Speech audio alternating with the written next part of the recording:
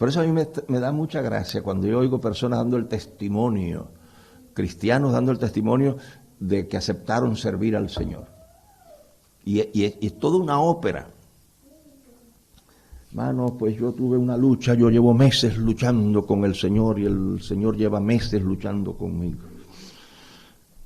A que yo lo sirva y a que yo esto, y hemos luchado y es una lucha de noches y Señor me ordena y yo digo que no y resisto y finalmente, porque es el momento ya donde se cierra la ópera, pero finalmente el Señor ha vencido y yo he entregado y la congregación explota, aleluya, gloria a Dios, porque hemos oído la maravilla, han oído la gran estupidez, chicos, porque siervo en el Nuevo Testamento es esclavo. ¿Te imaginas tú en el siglo I a un esclavo y a un amo discutiendo? Saca la basura, que no saco la basura, nada. Que saque la basura ahora, pues que no tengo ganas de sacar la basura. Y después de una lucha grande, por fin el amo vence y el siervo acepta sacar la basura, chicos. Chicos, a la primera vez que diga que no sacan la basura, lo limpian, muchachos. Lo cepillan tú, qué cosa. ¿De dónde ha sacado la gente? Cuando tú entregas tu vida al Señor, a partir de ese momento tú eres su esclavo. Y Él dice cómo es la vida. ¿Te das cuenta? Y olvídate que no puede ser de otra manera. Pero Dios no pierde su tiempo con los que no han entregado su vida. Cuando tú entregas la vida, dices, bueno, mira, ahora es de esta manera. Ahora, lo que empieza aquí es lo crítico. Porque lo que empieza aquí es la transformación del sistema de valores. Y aquí es donde se le llena el cuarto de agua a mucha gente y se dan licencias que Dios no da o se ponen cargas que Dios no pone. Yo trabajo con toda la gente, con liberales, con conservadores. Como yo trabajo con todo el mundo, miren, yo trabajo con gente que si yo me llevara por ellos, a las pailas del infierno iba a dar. Porque esa gente pueden hacer, ¿tú entiendes? En Miami hay un pastor, no sé si vive todavía ahí, pero en uno de sus viajes se encontró con su alma gemela. Y entonces descubrió que la mujer con la que estaba casado no era la mujer que Dios tenía en la eternidad para él. Y en este viaje se encontró a la mujer que era la que Dios había intencionado. Entonces, pues dejó a la esposa y corrigió el error, porque el Señor le advirtió ahora después de años de casado. Y entonces cambió. Ahora tiene su alma gemela. Y no pasa nada porque es que el pobre se equivocó. ¿Qué tú quieres? Que si se equivocó, chico, pues tiene que reparar la equivocación o lo vas a matar ahora. Yo pedí una vez a un pastor alquilar espacio para dar unas clases. Y él me dijo, ¿por qué en lugar de eso no lo hacemos trabajo conjunto? Y dije, pero para eso tenemos que conversar. Y cuando empezamos a conversar, se planteó lo de la homosexualidad. Yo le dije como yo pensaba. Y me dice, vamos a tener problemas porque los mejores miembros que yo tengo aquí son homosexuales. Yo le dije, no vamos a tener ningún problema. Tú andas por un lado y yo ando por el otro lado. Porque ahora hace poco le preguntaron a un político ahí en Guatemala por las elecciones. ¿Qué creía él de la homosexualidad? Dice, bueno, lo que yo he leído es que eran Adán y Eva, no Adán y Eduardo. Entonces ya lo resolvió. Entonces, yo puedo, si quiero, ser homosexual y ser pastor de una congregación. Yo puedo decir que en España me encontré el alma gemela y regresar a Miami con mi alma gemela y decirle a Carmita que lo siento mucho, pero que estaba equivocado y puedo seguir siendo predicador. Hay algunas iglesias que me van a rechazar, pero voy a tener muchas en las que voy a poder predicar. Si yo me llevara por esa gente, a las pailas del infierno iba a dar. Pero yo trabajo también con grupos que son más cerrados que la tuerca de un submarino. Y si yo me llevara por ellos a un hospital psiquiátrico iba a parar. ¿Por qué no voy a las pailas del infierno ni voy a ir a un hospital psiquiátrico? Porque yo he descubierto que la libertad gloriosa de los hijos de Dios está en la Biblia. Y entonces yo no acepto licencias que Dios no da, ni cargas que Él no impone. Pero para yo saber eso, ¿qué es lo que he tenido que hacer? Y una cosa que le voy a agradecer siempre a los misioneros con los que tuve contacto cuando fui un muchacho, fue escucharles decir, la Biblia es la regla infalible de fe y conducta. Entonces yo dije, bueno, eso lo tengo que estudiar yo. Y luego descubrí que estos misioneros creían algunas cosas que no las podían probar con la Biblia. Pero yo seguí esa norma. Y entonces yo no acepto licencias ni cargas que yo no puedo documentar con las Sagradas Escrituras. Y aquí es donde viene lo crítico. Miren cómo ocurre. Porque algunas personas piensan que Dios es mago y que hace las cosas por artes mágicas. No. Dios opera a través de un sistema que Él ha creado y ha establecido. Para eso nos dio la psiquis, esto que tenemos nosotros aquí arriba. Por eso que se pueden trasplantar corazones, se pueden trasplantar riñones, pero no se pueden trasplantar cerebros. Porque el cerebro es el centro. Entonces, por ejemplo, a Jordi le trasplantan el cerebro a mi querido amigo, y mañana este va a casa de Dolores y aquel vaya a casa del otro, le trasplantaron los cerebros, ¿tú entiendes?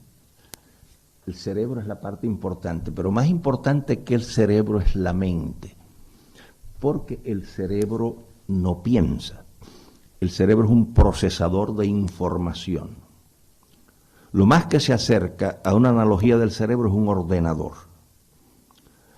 El cerebro lo que hace es procesar. El cerebro enciende y apaga, enciende y apaga, enciende y apaga, como los ordenadores que trabajan en 1 y 0, 1 y 0, 1 y 0, 1 y 0. Todo lo que hace un ordenador es combinaciones. El programador le da. Entonces, la mente es quien programa al cerebro. Por eso es que en la Biblia se le da tanta importancia a la mente. El Nuevo Testamento está lleno de eso. Yo tuve un profesor de literatura inglesa que, fíjense, era una universidad del gobierno, no tenía nada que ver con religión. Pero ese hombre, en una clase de crítica literaria, dijo algo que a mí me impresionó, porque él dijo, el mejor texto de psicología que yo he leído es el Nuevo Testamento. Y yo he tratado de demostrar eso. Es muy difícil. No uso la palabra imposible porque los humanos no la pueden usar.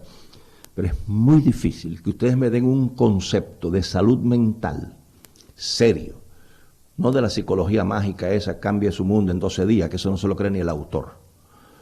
Pero que se vende porque tú sabes lo que es cambiar el mundo mío en 12 días, muchachos. No. Psicología seria, salud mental seria. Muy difícil que ustedes me den a mí ese dato y yo no les puedo dar un pasaje de la Biblia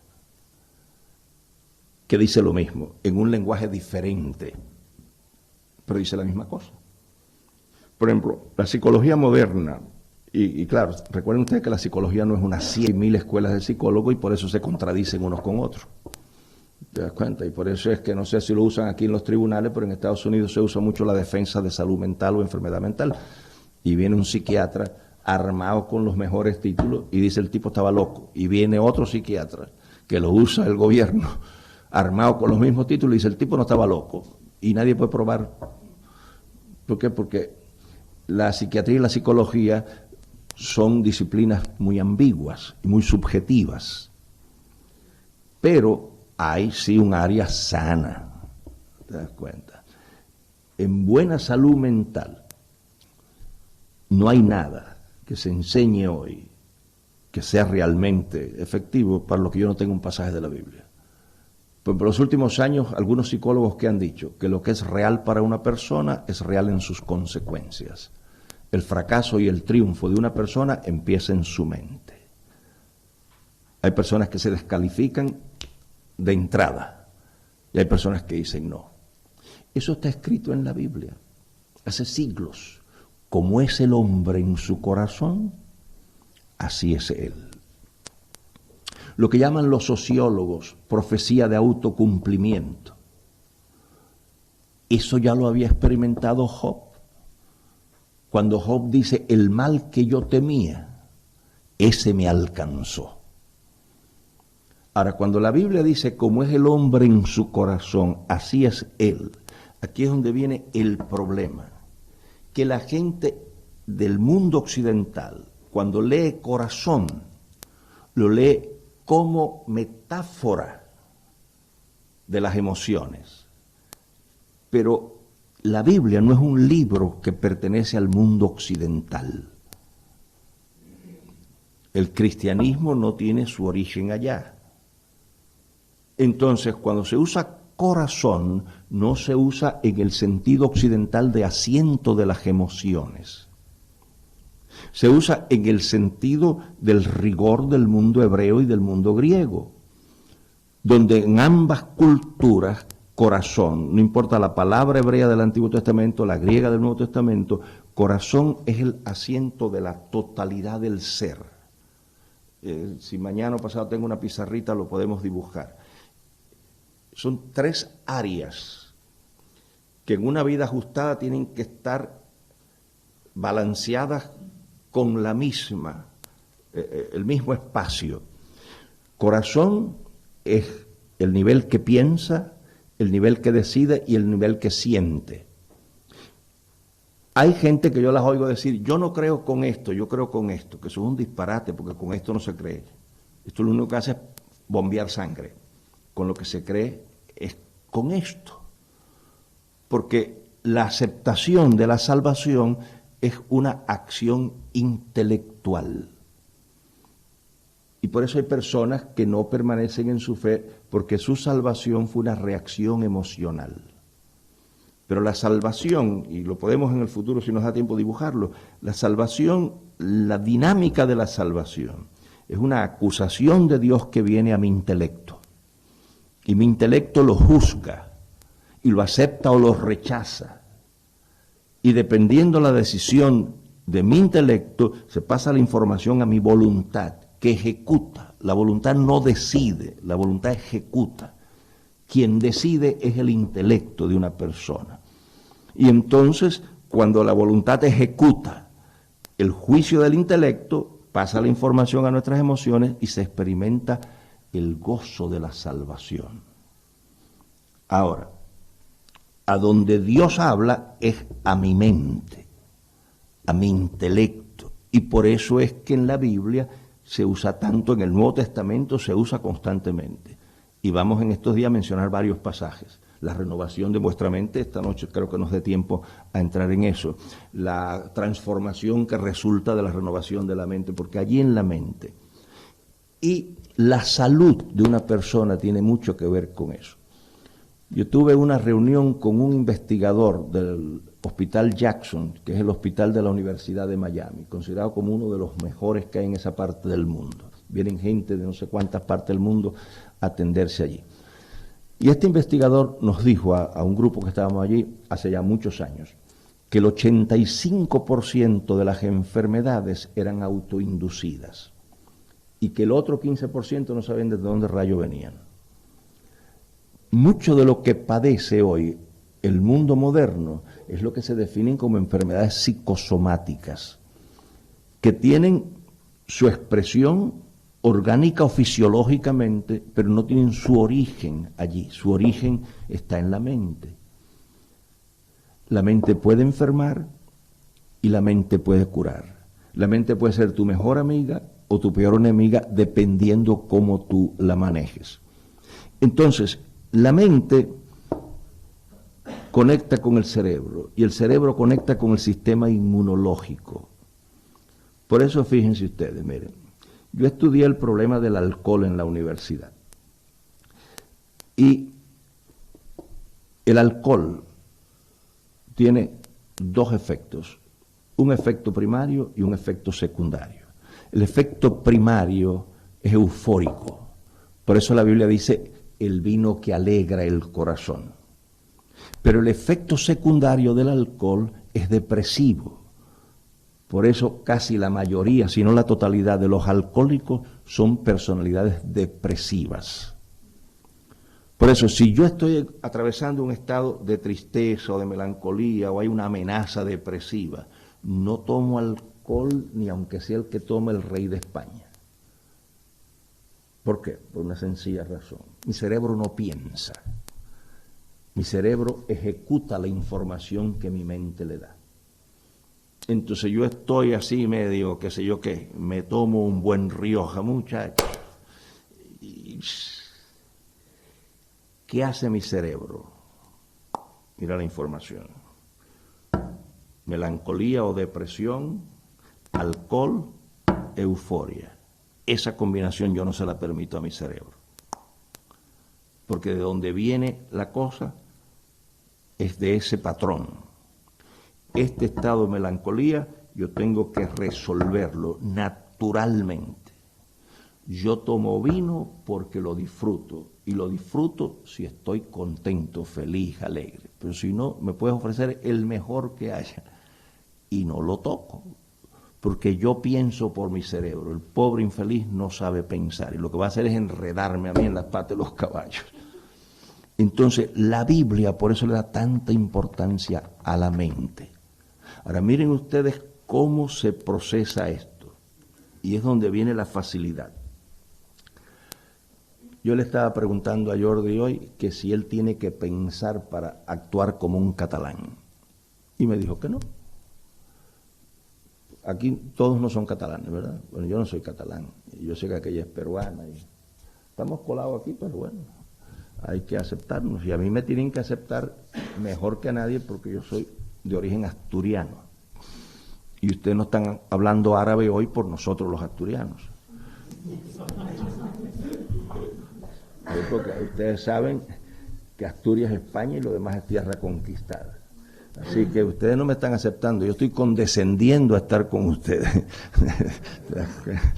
Bien, pero ¿por qué Jordi no tiene que pensar para actuar como catalán?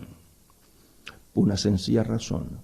Jordi nace en el mundo catalán y las culturas todas son iguales. Catalán y gallego, la misma cosa. Yo sé que, ¿entiendes?, los europeos y que los americanos y los indios y las cosas. Entonces son estupideces, porque todas las culturas son iguales. Y un axioma central de la antropología es que las culturas son iguales, pero ninguna superior a la otra. ¿Qué es lo que diferencia las culturas? ¿Por qué un inglés es distinto a un andaluz? Fisiológicamente son la misma cosa, aunque el inglés se crea que es superior o el andaluz se crea que es superior, pero fisiológicamente. Esa idea de sangre azul, ese es un resabio de las monarquías, chicos. No hay tal cosa como sangre azul, ¿te das cuenta? Culturas son iguales, lo que son es diferente. Cuando una cultura se cree superior a la otra, se produce el fenómeno que llamamos etnocentrismo, que es la interpretación del mundo centrado en la cultura en la que uno nace. Por ejemplo, yo soy cubano, hijo de español, pero podría ser chino, hijo de japonés. Y es la misma cosa. No pasa como el americano. O sea que los americanos se creen que se inventaron la sopa del ajo. Y son, en sociología, una nación joven. O sea, los Estados Unidos sociológicamente son adolescentes. Por eso es que hay un predicador en Argentina que dice que Estados Unidos es un adolescente con dinero. Y eso es lo que es así, ¿tú entiendes? Pero ellos se creen que, como adolescentes al fin, ¿tú entiendes? Se creen que lo pueden hacer todo. Entonces llega este turista al Japón y se le ocurre ir a un cementerio. ¿Tú sabes lo que es de turista ir a un cementerio? Tiene que estar loco el gringo ese, cara. Pero fue. Y cuando llega al cementerio hay un japonés que le está poniendo un tazón de arroz en la tumba al abuelo, chico. Y entonces se burla de él, el americano, y le dice, ven acá, chico, ¿y cómo tú crees que el abuelo tuyo se va a comer ese arroz? Dice, de la misma manera que el tuyo huele las flores que tú le pones.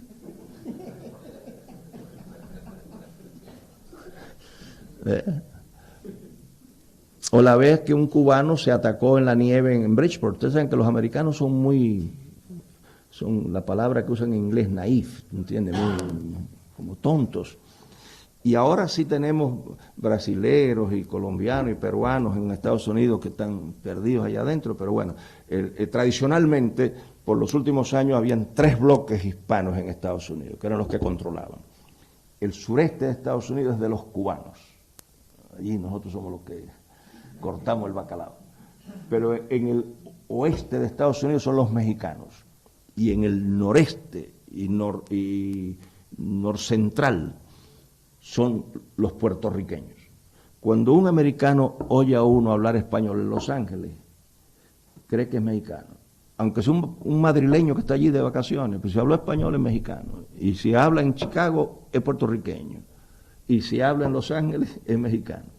Entonces está un cubano allá en Bridgeport, que es al norte, en una nevada se atacó y el tráfico se complica y viene el americano, el policía americano le dice, oye, puertorriqueño, muévete que está estorbando. Muchachos, que a un cubano lo confundan con un puertorriqueño, eso es peor que mentarle la madre. Y dice el cubano, dice, yo no soy puertorriqueño, yo soy cubano. Y el americano le dice, la misma basura, muévase que está estorbando aquí. Y esa es la verdad. ¿Qué es lo que hace la diferencia? El sistema de socialización. El sistema de socialización es el instrumento que usa la cultura para inculcar en el catalán el cava, inculcar el idioma, las costumbres, las formas, la ética de trabajo. Un catalán y un sevillano, los dos son españoles, pero tienen una ética de trabajo a una distancia de años luz. ¿Te das cuenta? El catalán que se mueve, por ejemplo, para Madrid, las primeras experiencias son traumáticas cuando ve, por ejemplo, de donde vienen estas queridas familias aquí atrás, de Brasil. Ahí, para ir a Brasil hay que prepararse, muchachos, porque esa gente no tiene la menor noción de lo que un reloj significa. Para esa gente el reloj es un adorno, tú. Yo di una conferencia en una universidad brasilera y era a las 8, chicos. Y ya yo llegué a las 7:30, ya a las 8 menos 10 yo le digo al profesor, y aquí no hay nadie, ¿qué va a pasar? Y dice, no, muy relajado. Y me digo, oye, pero que es a las 8, aquí no hay nadie. ¿Tú? Dice, no. Después de las 8:30 ya podría empezar a ser un poquito rudo, pero no pasa nada. Estuve en otro lugar, en eso era una iglesia, y el intérprete le digo, oye, pero, me dice, Gerardo, ¿por qué ellos hablan así? ¿Tú entiendes? Como que, Gerardo, en Brasil, muy relajado. El tiempo es relacional. Yo fui a una escuela a dar un curso y la intérprete llegó con 1 hora de atraso. Pero eso pasa en el mundo de los negocios. Yo tengo un amigo que fue un ejecutivo de la compañía esa de cauchos Goodyear y él ha trabajado en el Perú, ha trabajado en las Filipinas y le tocó trabajar en Sao Paulo. Y dice él que cuando llegaban ingenieros o ejecutivos alemanes y americanos allí, cuando ellos llegaban, todavía los ejecutivos brasileños ni por allí andaban, muchachos. Y los alemanes y los americanos desesperados. Entonces, cuando llegaban ya al final, pero atrasados 1 hora, media hora, qué sé yo cuándo, ya atrasados, los americanos y los alemanes creían que iban a empezar a trabajar. Le decían, no, cafecino. Y entonces se iban a un restaurante a tomar café, chico, a los americanos les salían úlceras. ¿Qué yo hago cuando voy a Brasil? Yo tengo 2 opciones. No ir a Brasil o cuando vaya voto el reloj. Y yo me siento y cuando me digan que empezamos. ¿Por qué? Porque los brasileros tienen el derecho a hacer como les dé la gana a ellos, chicos. Y si a ti no te gusta, no vaya, que nadie te mandó a buscar. Que ese es uno de los problemas que tienen los inmigrantes. Ese es uno de los problemas que tienen los inmigrantes. Pero ustedes comen a esta hora, pero a esta hora no se come. Bueno, no se come en tu país, pero en este es a esta hora que comemos nosotros, chicos. Yo tengo un primo que es médico, asturiano también él, y un día estoy con él ahí en Asturias, y a las 10 de la noche ese tipo come fabada, muchacho, que es una bomba de nitrón al mediodía, dime tú de noche. Y le digo, pero oye, tú eres un animal, chico, pero tú no eres médico. Bueno, sí, que no pasa nada.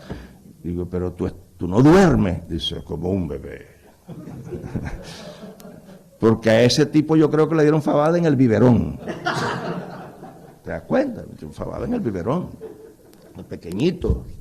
Entonces, el sistema de socialización te va poniendo eso. Y entonces tú funcionas naturalmente. Es lo más natural. Hay una analogía, por ejemplo, en aprender idiomas. Los que enseñan idiomas dicen que tú no has aprendido un idioma hasta que dejas de traducir mentalmente. Por ejemplo, si tú para decir house tienes que pensar en casa, no sabes inglés. Es cuando tú integras el idioma a un nivel de profundidad, que piensas en ese idioma, no haces traducciones mentales, es cuando se facilita. Ahora, la teología tiene lo que algunos teólogos llaman sistema de resocialización. Y el sistema de resocialización es el magisterio de la iglesia, que es el más abandonado. Cristo no fue evangelista, Cristo no fue conferencista, Cristo no fue profeta, no fue apóstol, Cristo fue maestro. Y la iglesia de hoy está como está por haber abandonado el magisterio. Y por eso se meten tantas cosas raras. Porque el ignorante es fácil de manipular. Por eso lo primero que hace un sistema dictatorial es controlar la educación. Eso es lo primero que hace. José Martí decía que una persona no es verdaderamente libre a menos que sea educada. La ignorancia es una de las peores cosas que una persona puede tener. Entonces, como en la iglesia no se enseña. Tú vas a algunas iglesias y dices, esta es la noche del estudio bíblico, y entonces el hermano Federico va a dar el estudio. Entonces el hermano Federico lee la historia de Bartimeo. Y aquí tenemos a un ciego que se llama Bartimeo. Ya, eso yo lo leí, chico. Y este ciego estaba sentado a la orilla del camino, también lo leímos. Y estaba dando gritos, también lo leímos que estaba dando gritos. Ten misericordia de mí. Pero chico, dime algo nuevo, algo que no leímos. Porque esto lo podía haber yo hecho en mi casa, en pijama, tomándome un chocolate con churros, chico, y no me hubiera tenido que fajar con el frío, con el coche, ni nada, chico. Tú me has hecho venir de allá acá para decirme algo que yo lo he leído en la sala de mi casa, chico. No, dime por qué está esa historia ahí. Con tantos ciegos que había en ese pueblo, chico, ¿por qué escogieron este?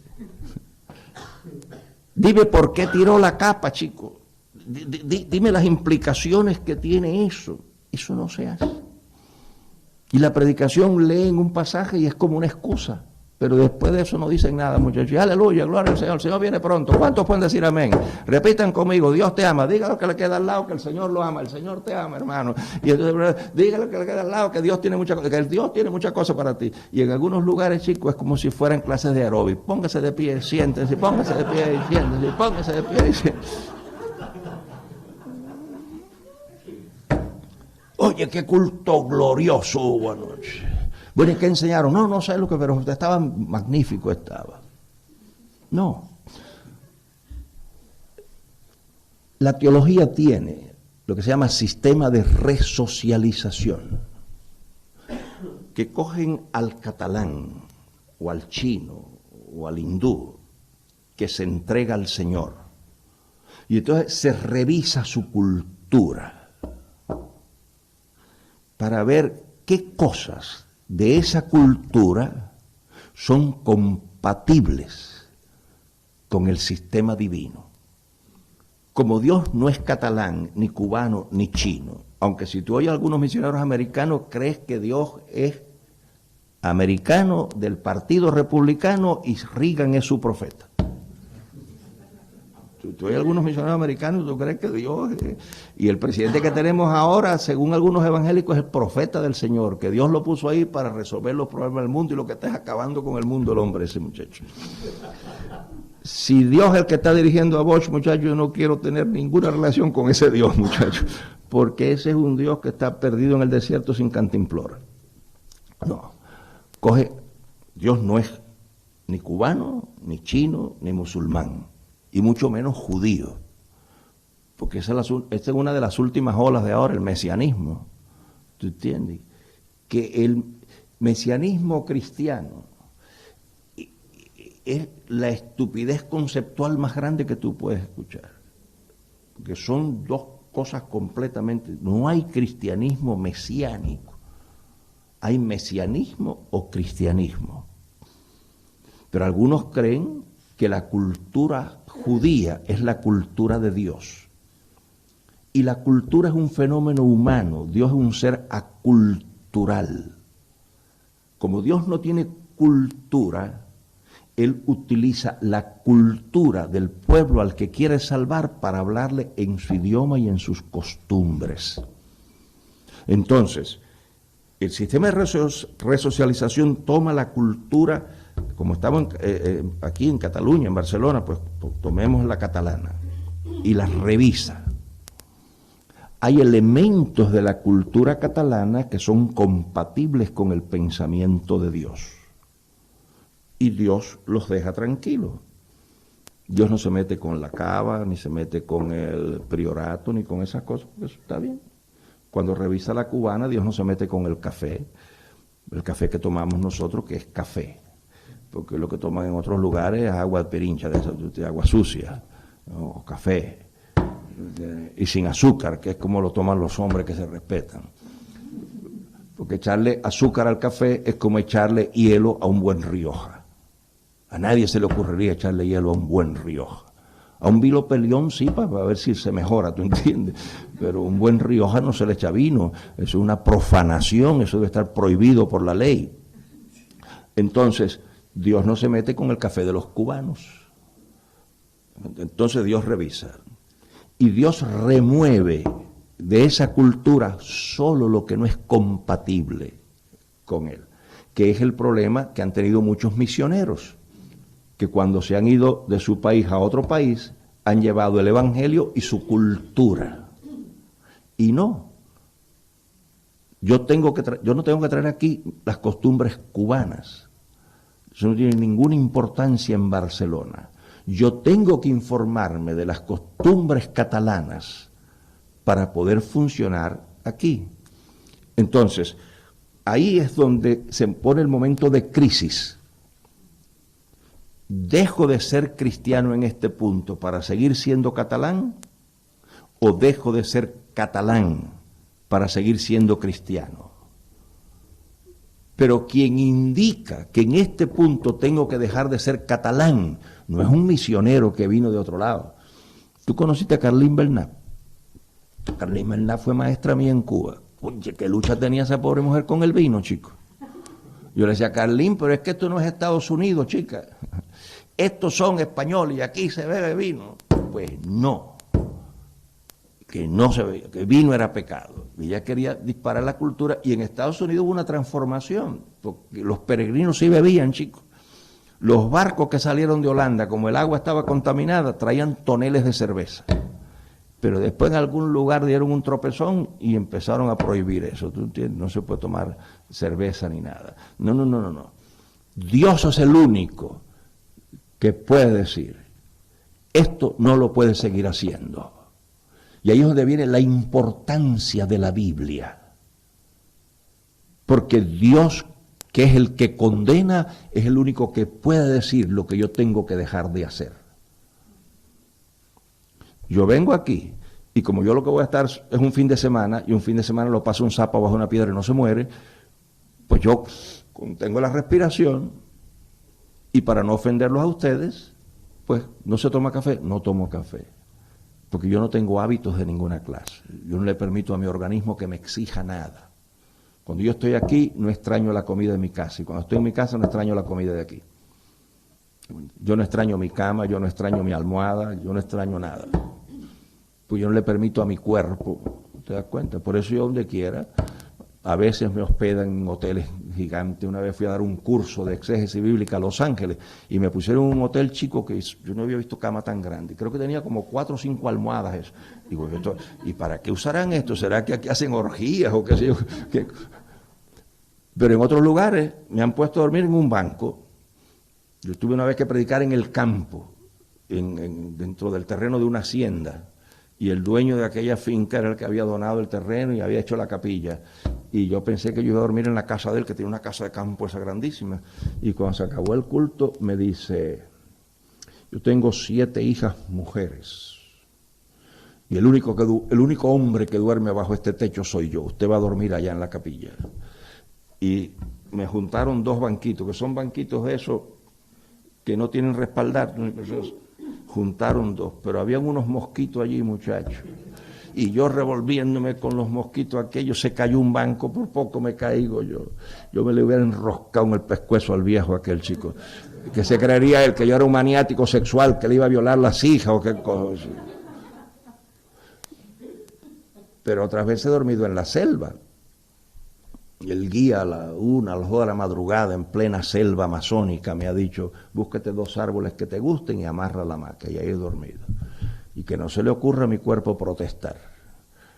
No, que la cama, aquí no hay cama, chico. Y dale gracias a Dios por esto. Y nunca me han oído quejarme. Porque mi proveedor es Dios. Que yo quisiera que a veces proveyera un poquito mejor. Eso él lo sabe. Vale, pues...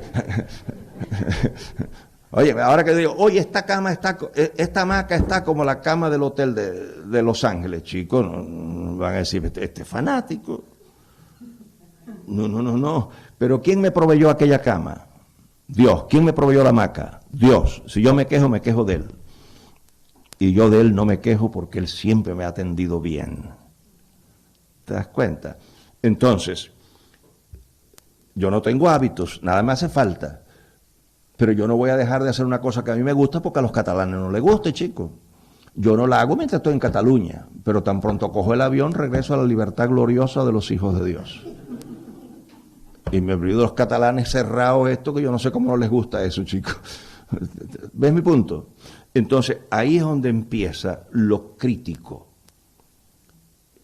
Y ahí es donde empieza una formación cristiana saludable. Ahora, para que eso sea posible, viene el próximo paso, porque es que la Biblia es un libro maravilloso. Si la gente la leyera, la estudiara con respeto, no tendría los líos que tiene. La Biblia dice, la carta de Juan, que los mandamientos de Dios no son gravosos, no son pesados. No tienen que decir amén a esta pregunta, pero ¿ustedes creen que eso es verdad? Déjenme poner algunos ejemplos. A ti te vienen persiguiendo en una calle. Un sinvergüenza que te quiere asaltar. Y cuando tú miras para atrás, te das cuenta que vas jadeando, vas sofocado. La Biblia dice que si tu enemigo tuviera sed, le tienes que dar de beber. Y como tú lo ves que el tipo va, tú tienes que parar y darle tu botellita de agua y decirle, mira, bebe, porque así no me vas a alcanzar nunca. Si te...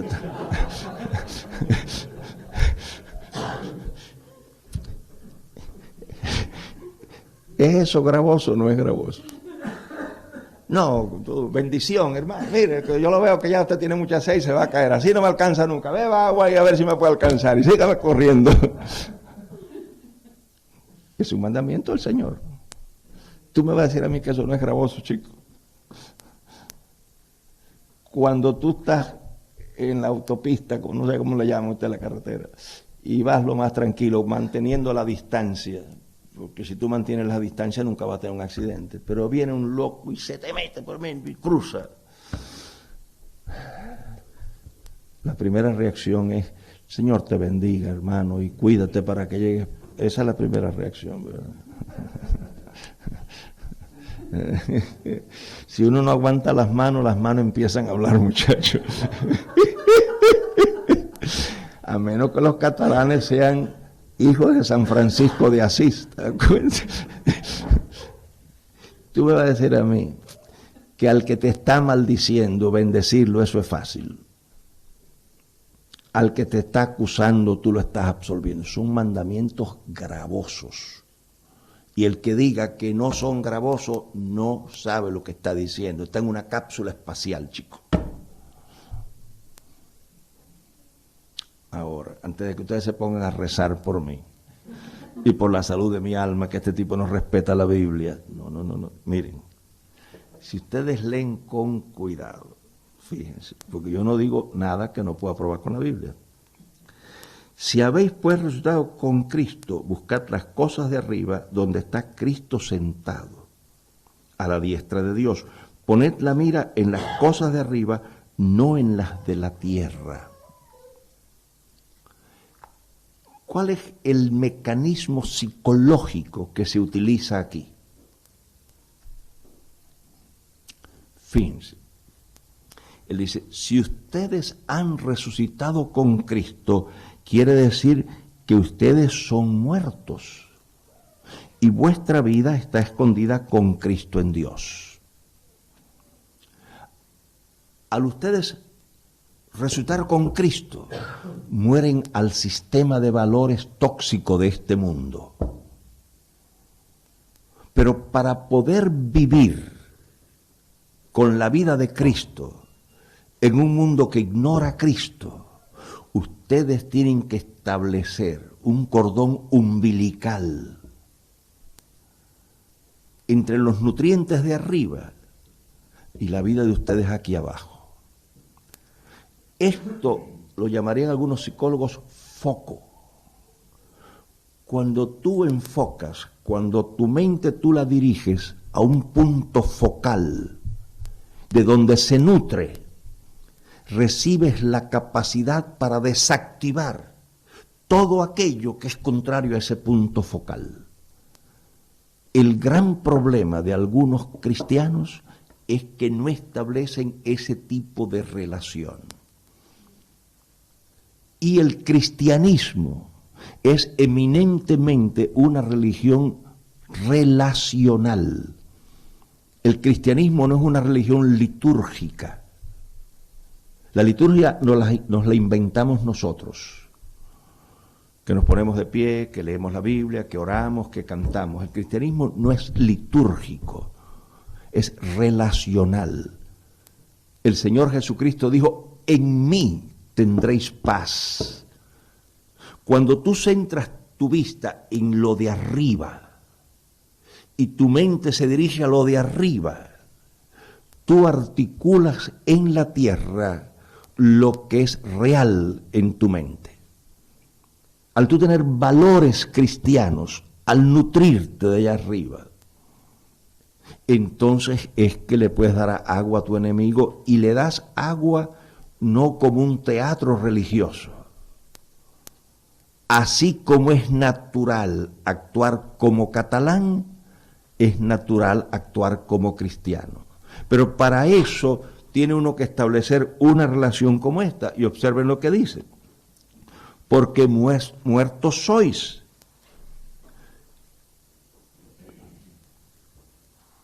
¿Por qué hay tantos problemas en la iglesia? Porque la gente está demasiado viva. Pero ustedes saben, las urbanizaciones o las colonias, no sé cómo le dicen aquí, los lugares donde hay muchas casas así, en México le dicen colonias, en Puerto Rico le dicen urbanizaciones. Bueno, ¿saben ustedes dónde los vecinos se llevan mejor? En los cementerios. Cementerio, nunca tú ves a un vecino peleando con otro vecino. Nunca lo ves envidiándolo ni criticándolo. Cuando nosotros morimos en Cristo, descubrimos la manera de vivir en la que los mandamientos de Dios dejan de ser gravosos. Porque no es gravoso para un catalán funcionar como catalán. Es gravoso para un cubano funcionar como catalán en Barcelona hasta que pasa un tiempo. La primera vez que yo fui a Francia, chico, los hombres venían a besarme, ni loco me dejé yo besar. Cubano que se respeta no se deja besar de otro hombre, tú. El papá tuyo, tu abuelo. Ahora cuando venían las muchachas yo bajaba las manos, porque tampoco uno puede ser intransigente, ¿no? Pero si yo me hubiera quedado a vivir en Francia, ¿qué es lo que estaría haciendo ahora? Besándome con todos los franceses. Y algunas culturas se besan en la boca, chicos. Tú sabes lo que es dos hombres besándose en la boca, y si fuman tabaco, peor todavía. La primera reacción va a ser mala. La segunda no, porque la mente tiene la capacidad de normalizar. Y por eso es que la Biblia dice, si oyereis hoy su voz. El valor psicológico que tiene ese versículo, si oyereis hoy su voz. ¿Qué significa? Que la mente puede normalizar. El primer acto de adulterio es el que te lleva al infierno. El segundo es menos dramático. El tercero es menos dramático. Y cuando una conducta se repite, desaloja lo otro y entra en el lugar, que es lo que vamos a ver cuando entremos a Efesios, que es el mecanismo que se usa para la transformación de la vida del mundo a la vida cristiana.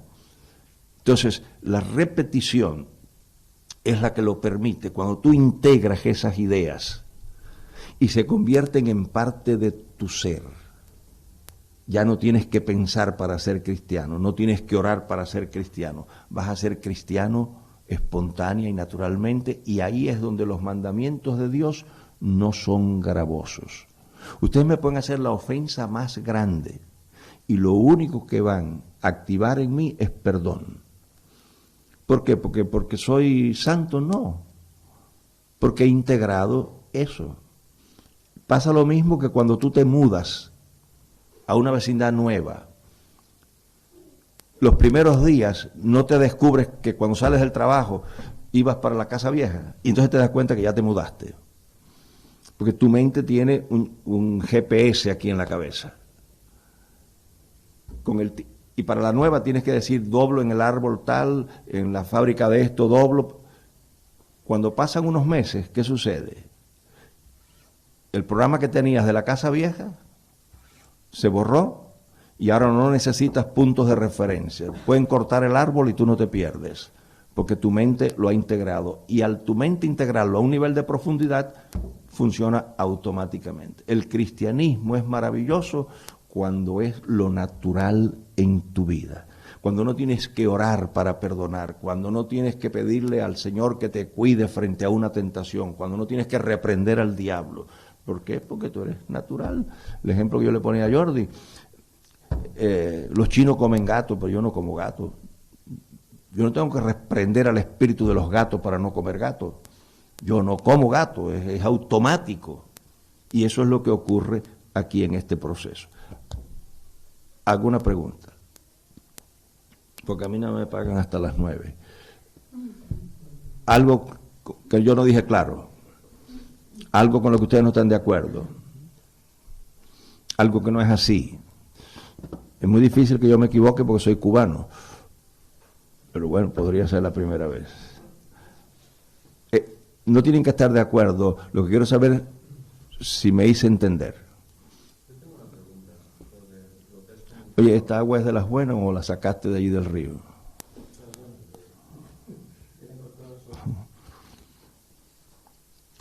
Dígame. Lo que comentaste al principio.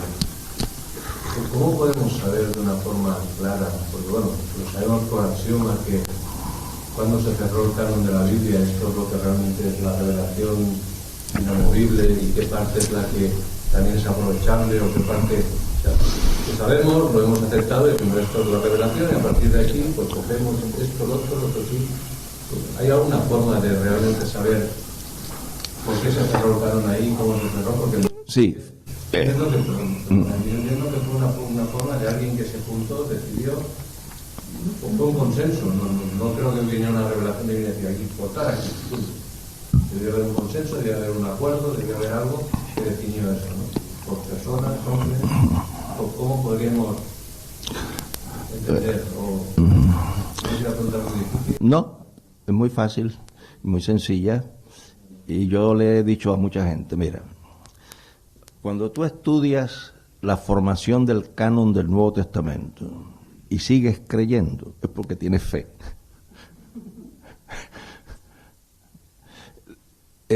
Yo creo que el gran problema de los cristianos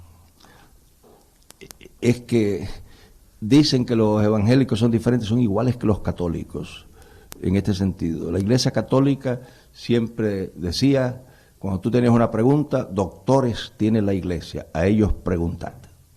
Y los doctores de la iglesia se las sabían todas y los feligreses no sabían ninguna.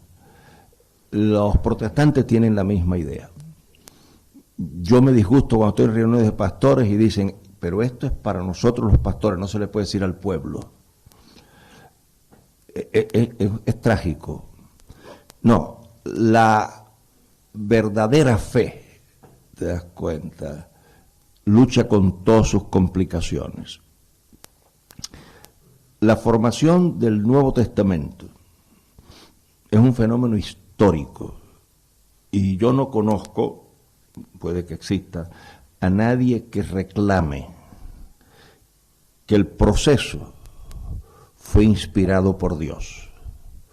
La ortodoxia cristiana reclama que los documentos fueron inspirados, pero la colección de los documentos es un fenómeno histórico en el que uno cree que Dios participó.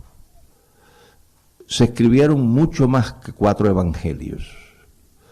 El siglo I y el siglo II fueron siglos apocalípticos. Todo el mundo se escribió un Apocalipsis. Tenemos un solo libro de Apocalipsis. Pablo se sabe que escribió otras epístolas porque en algunas epístolas se mencionan otras que no, pero no se sabe en dónde están. Por eso yo dije al principio que la fe es un acto arbitrario y es una afirmación de que estos documentos son los que Dios nos legó. Una cosa interesante es que desde el Concilio de Cartago, donde se decide esto, hasta hoy, con muy pocas excepciones, todas las vertientes cristianas han conservado los mismos libros. Algunos pues opinan, por ejemplo, Lutero, que era un tipo obsesivo con la salvación por la fe, la justificación por la fe, no toleraba la epístola de Santiago. Lutero decía que Santiago era una epístola de paja, por un sencillo problema hermenéutico. En la opinión de Lutero chocaba con Efesios de frente. Pero cada vez que tú ves ese problema, es un problema de interpretación. Si Lutero se hubiera dado cuenta que Efesios habla del medio salvador y Santiago habla de la expresión de lo salvado, que es lo que yo estoy enseñando aquí, la conducta como articulación de la fe, no habría problemas, pero Lutero no entendió eso. Entonces, por eso, después que uno acepta estos libros, que es un acto de fe, y no se le puede dar vuelta, porque alguna gente cree que Dios mandó esto en correo certificado desde el cielo con firma de regreso. No, yo estudié esto, y la ventaja que he tenido es que yo estudié con profesores muy piadosos, y luego tuve profesores que no creían ni en la madre que los parió. Yo tuve un profesor del Nuevo Testamento en la Universidad de Rochester que él me decía que yo le ponía a la Biblia cosas que la Biblia no decía. Y yo le decía a él que el problema de los teólogos era que creían en Dios, pero no le permitían que se comportara como Dios. Pero es un acto de fe. Pero es que acto de fe es toda información de segunda mano. Yo tuve un profesor de filosofía en la Universidad de New York que él barría el piso con la religión y no creía que Jesucristo era un personaje histórico. Yo le dije, doctor, ¿y usted cree que George Washington existió? Y me dijo, sí. Le dije, ¿por qué usted cree eso? Dice, porque los documentos lo dicen. ¿Y cómo usted sabe que los documentos no están manipulados? Porque toda información de segunda mano es un acto de fe. O sea, usted habla de Julio César como si se hubiera criado con él. Y a lo mejor Julio César no existió. Es un acto de fe. Ahora, ¿por qué yo soy cristiano? Porque estos documentos tienen una racionalidad y una coherencia que me dan una información que no agrede mi inteligencia. Porque la fe puede superar tu razón, pero nunca contradecirla. Pero es que lo que supera tu razón no solamente es la fe, hay muchísimas otras cosas en el saber humano que superan la razón. Por eso es que creo. Y me ha ocurrido esto. Yo llevo más de medio siglo predicando. Y al principio yo creía que lo podía probar todo. Y me encantaba probarlo. Y hay cosas de la Biblia que tú puedes probar fácilmente. Cuando dice la Biblia que no siembres tu tierra con semilla mezclada, está probado en facultades de agricultura que cuando tú mezclas la semilla, empobreces la cosecha. Y yo te puedo probar científicamente una serie de pasajes. Me gustaba hacer eso. El trabajo mío en universidades era trabajo de conferencias apologéticas. La defensa de la fe desde un punto de vista estrictamente lógico. O sea, no se usaba la Biblia ni nada. Cae dentro de lo que llaman teología natural, donde la Biblia no juega ningún papel. Se llegan a conclusiones puramente lógicas de la realidad de Dios, de la realidad de esto y lo otro. Y bien, y yo podía hacer una serie de ecuaciones y era irrebatible desde un punto de vista lógico. Pero yo terminaba diciéndoles, la ciencia tiene un nivel teórico y un nivel de comprobación. Y nada se prueba hasta que se prueba. Entonces, aquí están los teoremas que dicen que va a haber luz. Pero cuando tú lo llevas al laboratorio, puedes pegarle candela a esta cosa. El cristianismo tiene un sistema hasta aquí. Pero entonces la prueba de laboratorio es la fe. Y la fe es el salto al vacío, que puede que los pies te caigan en la roca eterna de los siglos o te vayas por el abismo. Pero tú nunca sabes si hay una roca o hay un abismo, a menos que dé el salto. Eso es lo que es creer.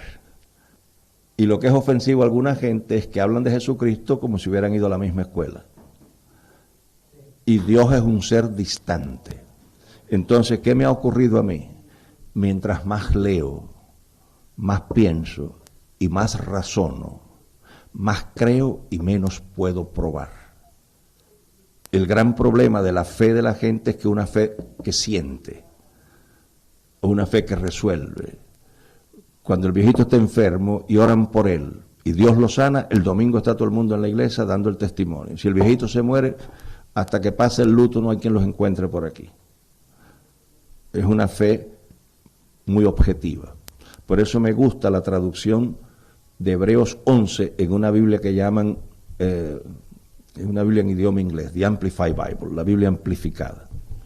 Y dice que fe es el agarre de una realidad que no te comunican los sentidos. Fe adulta es la afirmación de un Dios que no se siente, que no se toca, que no se ve, que no se huele y que no se saborea. Y yo vivo en ese mundo. Yo siento a veces, pero no me hace falta sentir. Dios puede curar, pero no necesito que me cure. Dios no se aleja y se acerca si tengo un accidente o si no tengo un accidente. Yo creo que me ama y que en último análisis todo lo que Él tiene para mi vida es bueno. Y final, y eso a alguna gente no le gusta que yo lo diga, a lo mejor no hay cielo, y a lo mejor no hay infierno, y a lo mejor no hay Dios. ¿Por qué? Porque es un acto de fe. Y por eso que para mí la muerte es fascinante. Porque la prueba de laboratorio de nuestra fe es la muerte. Y cuando muramos es que sabremos si hay o no hay. Porque yo sigo siendo cristiano. Porque si no hay, nunca sabré que en ese capítulo me tenían engañado. Porque como no hay, en la nada se sabe. Pero como a lo mejor hay, los que no creen sí se van a dar cuenta que en ese capítulo estaban equivocados. Y como para mí el cristianismo es válido como sistema temporal de vida, que es lo que alguna gente, para mucha gente el cristianismo es después de la muerte. Chicos, después de la muerte está bien, pero a mí me quedan todavía, 45 años de vida me quedan. Es como el viejito que le arregló la cerca, el carpintero que le arregló la cerca a la viejita, se pasa el día entero carpinteando y cuando termina a las 5 de la tarde le dice, señora, ya la cerca está. Dice, ay, mijo, que la Virgen Nuestra Señora te lo pague. Dice, y usted no va a hablar con ella para que me adelante algo hasta que me cancele. Entonces, un cristianismo que después de la muerte a mí no me sirve, porque a mí me quedan 45 años aquí, chico, tú me tienes que dar algo del lado acá. Y entonces el cristianismo que yo creo es efectivo del lado de acá. Está probado que la ética cristiana es superior. Tengo un amigo que es profesor de la Escuela de Medicina de la Universidad de Miami. Conversamos mucho, con mucha frecuencia, porque yo fui pastor de él como por 20 años. Nos gusta la música clásica y nos cambiamos música y tomamos café. Hace poco me dijo que hicieron unos experimentos. Le pusieron todas esas cosas que le ponen al cerebro a la gente, los electrodos y todo eso. Cogieron 2 grupos. A un grupo le hicieron recordar experiencias de su vida, dolorosas, en las que ellos no habían perdonado la agresión. Y otro grupo de experiencias similares donde habían perdonado la agresión. Y los diagramas arrojaron que cuando se perdona se activan ciertos mecanismos neurológicos que son terapéuticos. Y cuando se guarda resentimiento se activan mecanismos que son patológicos. El perdón está probado clínicamente, no en la iglesia, en hospitales de investigación, que el perdón es terapéutico. La psicología de los últimos años ha propuesto otra escuela, que llaman escuela de la terapia de la ética. Está probado que la honestidad que manda el Nuevo Testamento es curativa, es saludable. El cristianismo me ha enseñado a mí un estilo de vida humilde. Yo no gasto dinero en estupideces. O sea que para mí el cristianismo es un sistema económico y no que yo soy agarrado con la plata. ¿Me da cuenta? Carmito y yo nos damos nuestros gustos. Yo ahorro para esos gustos y el dinero es bueno, ¿sabes? Yo fuera millonario sería un millonario feliz. Pero el cristianismo me ha enseñado a mí una vida simple. Yo no necesito demostrarle a nadie que tengo éxito. Yo no necesito demostrarle a nadie mi estatus. Y yo soy un muerto de hambre, pero tengo amigos que no lo son. Y a veces a mí una señora me quiso regalar un reloj. Y yo no lo quise. Yo tenía un Seiko. Lo tengo porque me lo regalaron. Y me lo regalaron sin preguntarme. Pues yo no pago más de 10 o 12 euros por un reloj. Porque la función de un reloj es dar la hora. ¿Entiendes? Yo no necesito un Rolex ni nada de esas cosas. ¿Te das cuenta? Y entonces la señora me vio con el Seiko y me dijo que quería regalarme un reloj. Yo estaba con ella en una joyería y la señora es millonaria. Y yo le dije que no, que yo tenía reloj. Y le enseñé el Seiko que había comprado en Segovia por 12 euros. Y la señora me dijo, un hombre de su condición tiene que usar relojes de estos. Relojes que en lugar de números tenían diamantes. Yo le dije, no, ¿cuál es la función de un reloj? Dar la hora. Esto es un cañonazo, esto nunca hacia atrás. El día que yo necesite un reloj para una afirmación de estatus, me pego un tiro. Eso lo aprendí con la fe cristiana. Chico, pero si la fe cristiana es lo mejor que han inventado. Y que no hay cielo, bueno, eso ya, si no hay, nunca me voy a dar cuenta de eso, chicos. O sea, yo no puedo después de la muerte decir, oye, pero me engañaron, que no hay cielo. No, chico, en la nada se sabe. Así que pues no hay cielo, pues no hay cielo. Pero mientras tanto yo estoy aquí de maravilla. Porque me enseñan una fe que yo duermo tranquilo, yo no guardo resentimiento, yo no tengo luchas con nadie, ¿tú entiendes? A mí no me hace falta que la gente me ame, el trabajo mío es amar a la gente, ¿tú entiendes? Y es claro. Pero fe, es fe, ¿sabes? Y yo le he dicho a la gente, y con esto ya no los canso más, para que tú veas lo que es fe. Si se aparece mañana aquí en la principal, en la Rambla, se aparece un tío que viene de una de las aldeas menos prestigiosas de España y dice que es Dios y que es el salvador del mundo. ¿Qué piensan ustedes? Que el tío está loco de remate.